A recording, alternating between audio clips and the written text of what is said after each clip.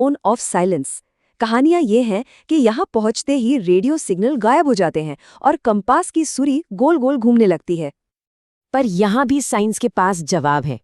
Radio इसलिए शांत हो जाते हैं क्योंकि ये इलाका इतना सुनसान और दूर है कि वहां सिग्नल पहुंचते नहीं। और कंपास क्यों घूमता है? क्योंकि जमीन के नीचे मैग्नेटाइट जैसे मैग्नेटिक मिनरल्स का बहुत बड़ा भंडार है।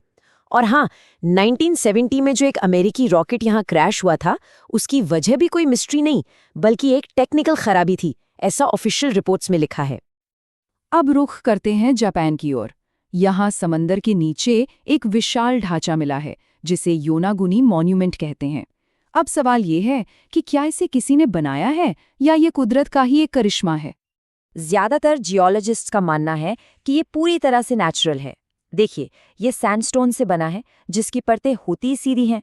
ऊपर से ये पूरा इलाका भूकंप के लिए जाना जाता है, जिससे चट्टानें एकदम सीधी रेक्टेंगुलर शेप में टूटती हैं, बिल्कुल वैसी ही जैसी हमें दिख रही हैं। और तो और पास के ही समुद्र तट पर भी ऐसी ही नेचुरल सीढ़ी जैसी चट्टानें मौजूद हैं।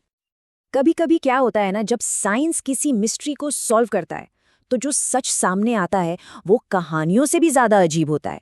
और भारत की रूपकुंड झील, इसकी कहानी तो बिल्कुल ऐसी ही है। देखिए, पहले सब यही सोचते थे कि वहां मिले सैकड़ों कंकाल किसी एक ही हादसे का नतीजा हैं। लेकिन हाल ही में हुई डीएनए जांच ने सबके होश उड़ा दिए। पता चला कि ये कंकाल एक नहीं बल्कि दो अलग-अलग हादसों के हैं और दोनों के बीच पूरे 1000 साल का गैप है।